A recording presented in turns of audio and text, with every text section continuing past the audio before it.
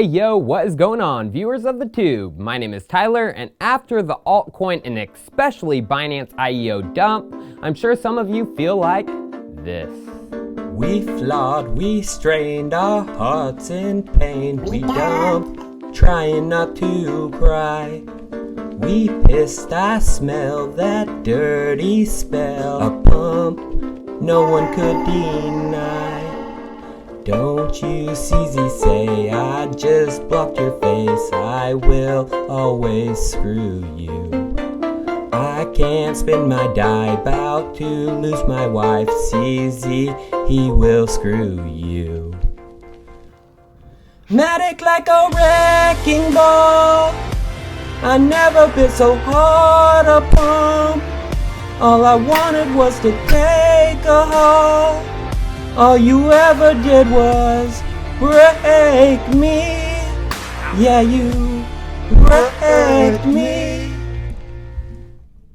You know our American Idol. It's time for Chico Crypto. Well, I'm sure from that amazing intro, most of you know what this episode is about, the blatant pump and dump which was led by the Binance IEO Matic network. Let's just pull out the Matic chart since May of this year, and as we can see, the first pump and dump happened then. Matic shot up by over 400% in the matter of 4 days. When this happened, I put out a video explaining what was going on. It wasn't only Matic back then pumping, but every single Binance IEO. Let's watch what I had to say back then about this coordinated Binance pump and dump. Recently, they were able to pull off the most obvious coordinated pump and dump because of the hype built around Matic. Matic got launched, and then there was some hype that Coinbase invested in the seed round, and it started pushing it up and up, as seen from this chart. Then exchange coordinated chill armies infected our cryptocurrency, saying Matic is going to keep going up. It will be in the top 20 or 30 in market cap. Then each and every Launchpad token started pumping. Fetch, Gifto, Seller, and BitTorrent, all making some seriously ridiculous gains for no reason at all.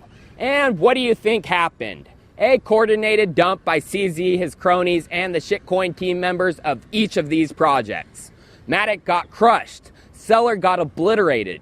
Gifto got smacked upside the head. BitTorrent fared the best, but still got crushed by nearly 10%. Every single one of these coins pumped and then dumped at the same time. If you cannot see that this was coordinated by whale token holders and the exchange, I think you need to get some glasses. Well, pulling out that Matic chart once again, let's look here. Another massive PND 8 months later. Literally pumping and then dumping to where it started before the pump. The largest single day loss in Matic's history, which I thought was impossible after the one in May. So once again, Matic was the fire that started it all and started pumping like mad. Twitter and our cryptocurrency got flooded with bots putting out words of pump and getting everyone new in the space or those who haven't learned to FOMO in. And then 2 nights ago, the dump. And looking at the other Binance IEOs, similar patterns. Seller, Fetch AI, and Harmony One, all seeing significant pump gains and a dump right on schedule with Matic. Now, why did this happen? Well, for one, you need to understand what happens with Binance IEO projects regarding token distribution. IEOs have some of the most unfair and corrupted distributions in the industry. And what's ironic, investors, this information is all public. Just going to the Matic and Binance Launchpad IEO details, things already don't start to make sense regarding their token distribution. As we can see, 19% of the total token supply was allocated to the Launchpad IEO. Yes, in the public sale, for the people, less than 20% of the tokens were allocated to them. This is terrible distribution for one. At least ICOs in 2017 gave the public at least 50% of the supply of tokens. Now scrolling down, it says private sale allocation is 1.7% of the supply and seed sale is 2.09%. So private and seed sale only made up 3.79%.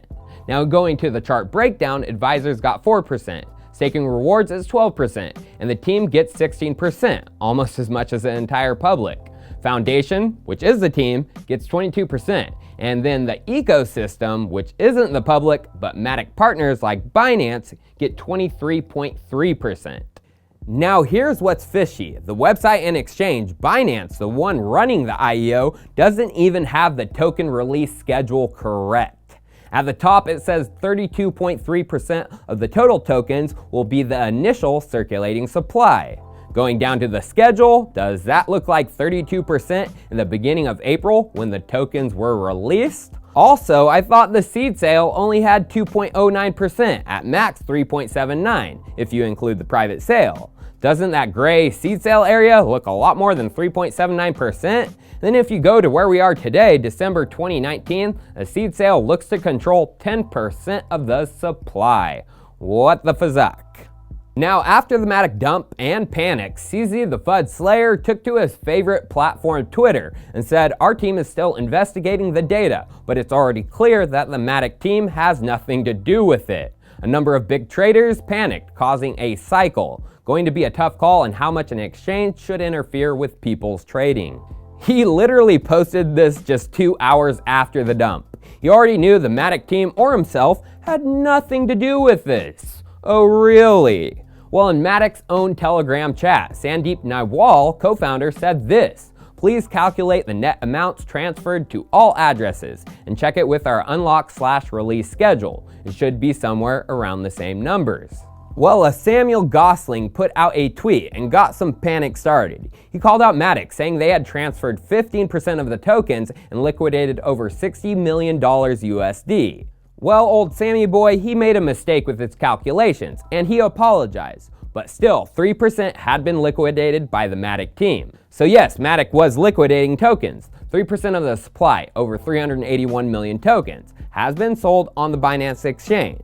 So the team had nothing to do with this dump? Well, Matic says they did not, per this tweet, even linking a blog post, trying to explain the whole debacle and putting the dump blame on Samuel's tweet. Well, that is 100% false, as the dump started 3 hours before the tweet.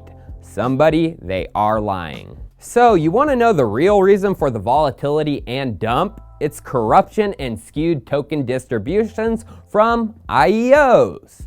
So, my friends, only 19% of Matic's tokens are in the public's hands. And according to Etherscan, the top 100 holders of Matic own 99.1% of the supply. Who do you think is the largest percentage owner of Matic tokens besides a team who already dumped 3%? Binance and CZ, they are. They don't just list projects on Binance for nothing, guys. They take a percentage. From CZ's own words during an AMA about the Launchpad, when he was accused of allocating percentages of tokens to his friends before the IEO lottery system. So there's a few misconceptions around Launchpad I want to clear up as well. Some people actually think that we try to reserve for our friends or for ourselves, and I can honestly tell you there's really no need. If we want certain allocations out of certain projects, we will just go to the project owners directly, and we will almost always get it. So there's really no need for us to get to compete with our users on the public sale. The public sale is really just for public sale. It's very simple. And if we want to give it to a number of whales, like the large BNB holders, we could do that as well without affecting the public sale. So we don't do that. In the future, if we move to a BNB allocation model, so you get a certain allocation based on the number of BNB you hold. That may favor the whales.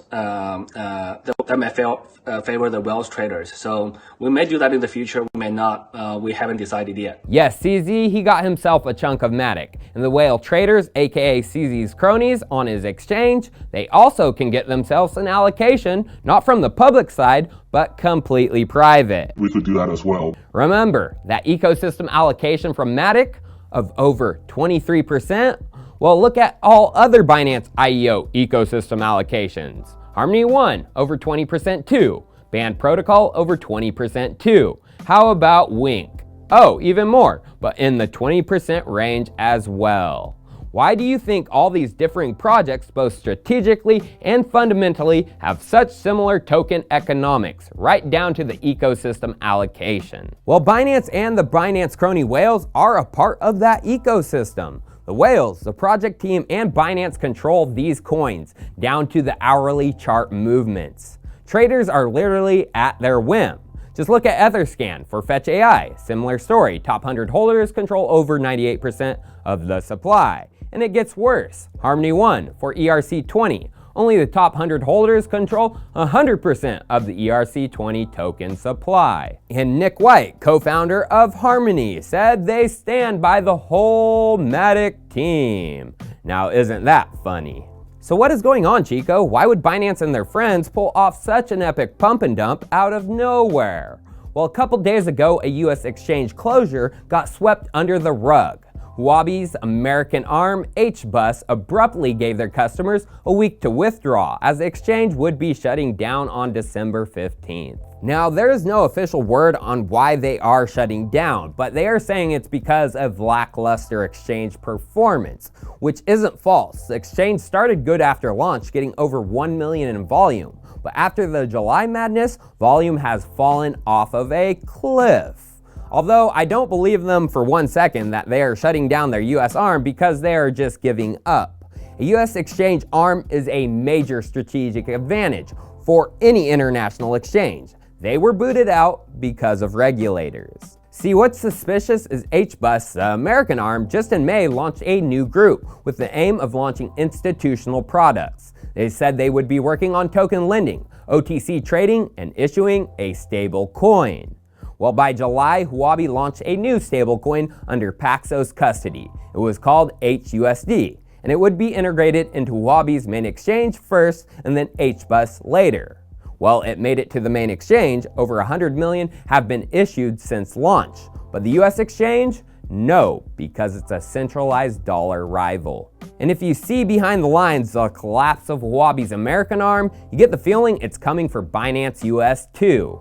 Why? Because Huobi and Binance are the best of friends and both supply each other with their American connections. For example, Binance launches stablecoin BUSD. Who did they partner with? Paxos, the same one Huobi used. And guess what? BUSD is listed on Binance US. They are getting fat. How do I know this? The same people behind Huobi US are the ones behind Binance US. Let's watch my old expose from July. Well, the exchange tried to ease the pain by announcing the day before they would be launching a separate US exchange with full regulatory compliance. The website even says the exchange is coming soon. Now, if we read the announcement, we will see it's operated by BAM Trading Services and built from technologies licensed by Binance. So what is this? Binance operating the exchange or a mystery company called BAM Trading Services? Doing an internet search of BAM Trading Services, it brings up nothing. The only thing I could find relating to the company was their money services business registration, which was only signed and received a couple days earlier on June 11th. We also find out from this they are located in San Francisco and share an office with Koi Compliance. Now, if we check Koi Compliance website, we found out the exchange that should not be named is the sole investor in Koi. Digging deeper, we find out who Koi is and what they do. They operate out of San Francisco, Hong Kong, and Beijing and offer private, efficient, and compliant over-the-counter services. It's obvious this is their compliant over-the-counter desk being used to penetrate markets with the exchange's name, but under owners who won't automatically go to jail. Koi Compliance and BAM Trading are tools still under CZ's control. Just now he has a pawn in place to take the heat off of them from regulators. Now, you want to know what is funny? This was all set up and coordinated by a former high-level employee at another Chinese exchange who has done something similar, Huobi and their creation of Huobi US. By doing some digging, I found out that Hao Chen is the CEO of Koi. And if we see his previous experience, he was former CTO at Huobi US and Director of Engineering at Huobi Global. It's obvious, after he successfully created Huobi US, he is now contracted by Binance to do something similar for them. One thing I didn't notice, look who is Koi's partner too, Paxos. Let's continue. So if things are as they seem and Koi Trading is behind this, which is confirmed from this CoinDesk article, BAM Trading appears to be working with Koi Compliance, the fully managed solutions wing of the OTC crypto trader Koi Trading, since they share the exact same mailing address. Also, Binance Labs invested $3 million into Koi Trading on January 24th. All I'm saying is be wary of Binance, my friends. They are still operating in the US with no regards for the regulators. Like they are not kicking off the US traders off of the main Binance exchange like they were supposed to. Just go to Fiat Leak and every Binance trade has a US flag plastered right by it. The Binance US reckoning is coming, and that is the reason for this pump and dump.